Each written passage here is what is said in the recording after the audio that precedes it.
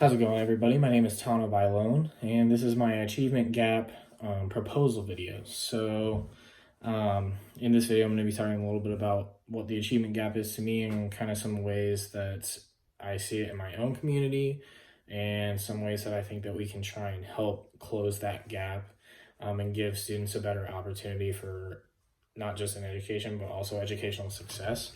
So to me, the achievement gap, refers to essentially the educational performance of students based on their, gender, race, cultural background, um, those kind of things, and then taking a look from those groups and where students fall in those groups and seeing how they perform and kind of their performance based on the groups that they are a part of. Um, so that to me is kind of like the general basis of it. Being able to see kind of where students are performing based on, a certain ethnic group or a certain race or a certain gender or a certain age, anything like that. Um, Coming into this course, I kind of knew a little bit about the achievement gap. I had read about it before in a couple other classes, but it wasn't something that we ever really focused on. Um, I kind of had like a general impact or a general idea of like what the gap was and kind of like how it worked. But one thing that I didn't realize is the effect that it has on like on the students themselves. One thing that I wrote down in my notes was that one of the things that surprised me, one of the articles said that for the first time in 13 years, the department now makes it clear, talking about the Department of um, Education and the Civil Rights Office, but making it clear for state school districts and schools that make educational resources equally available to all students without regard to race, color, or national origin. And that was something that really stuck with me throughout this week because that to me shows that that kind of stuff was happening before and they weren't doing a good job of taking care of that and giving students an equal opportunity to have any sort of educational success. It was kind of like, students sign up for schools and it's either like you pass or you fail. They weren't doing anything, even for students who may be struggling, based on their background or anything like that. Maybe they're not an English language speaker or anything like that. They kind of just let it slide. They weren't doing anything about it.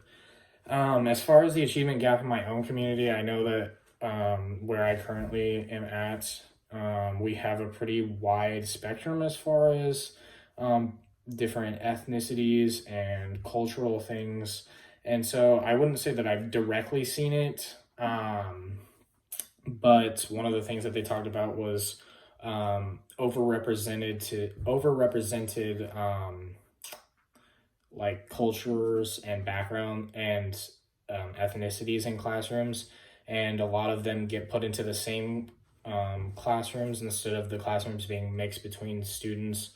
And a lot of the times, those classrooms that are overrepresented tend to see worse performance.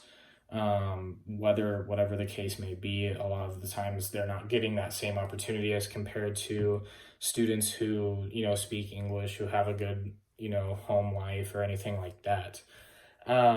So one of my proposed solutions was trying to turn away from getting those overrepresented classrooms. I don't know currently what that looks like as far as like if that's still something that's happening, but I think that's a really big way to get rid of any sort of achievement gap that we are currently having. I think it does a good job of getting kids in the mix. Even a couple weeks ago, I did a paper on, you know, learning strategies and like having social. The interview that I did, the teacher explained like having social interactions and learning that way is so much better, like when you're trying to create a all-inclusive classroom. So I think that's a really good way to kind of eliminate that gap, and the students can learn from each other. Um, as far as like implementing that into the community, I think just having like a really good set of educators who are all wanting to push for that same goal of educational success for students, who have the drive to um, see them succeed, and just really wanting that as their own goal, wanting to see those kids who, might not always have the best opportunities for things, be successful in comparison to students who might have it just as easy. Um, and there's always going to be obstacles with that. A lot of people don't like change. Um, and so it can be hard to understand like why that would be important. A lot of times people will find the negatives in anything that you do. That's just how life is. But I do think that it is positive, and if you can get people to back you on that and show that same energy, I think it's a really good way to eliminate that achievement gaps.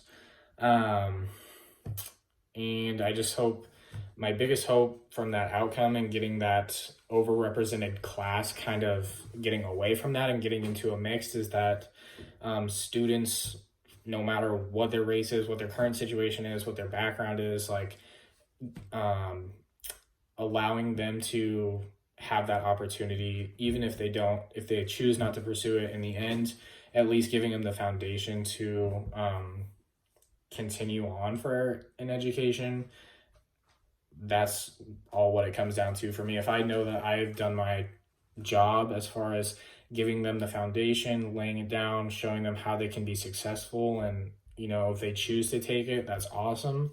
And if they decide to go a different route, like, that's cool too. But that's my overall goal. And the reason that it's so important to me, especially in my area, is like I mentioned earlier, we're such a wide range of backgrounds and cultures, especially in this area, that there's even students that we may not even know in the local area that are having these sort of issues, and it can be affecting them just as much, even in comparison to areas where it could be happening all the time. So just something that, it's really important to give those people, because giving those students who are even in the area the chance to be successful as well. So that's kind of like my little quick topic punch on the achievement gap, and just trying to find ways to help close it in any way possible. So thanks for listening.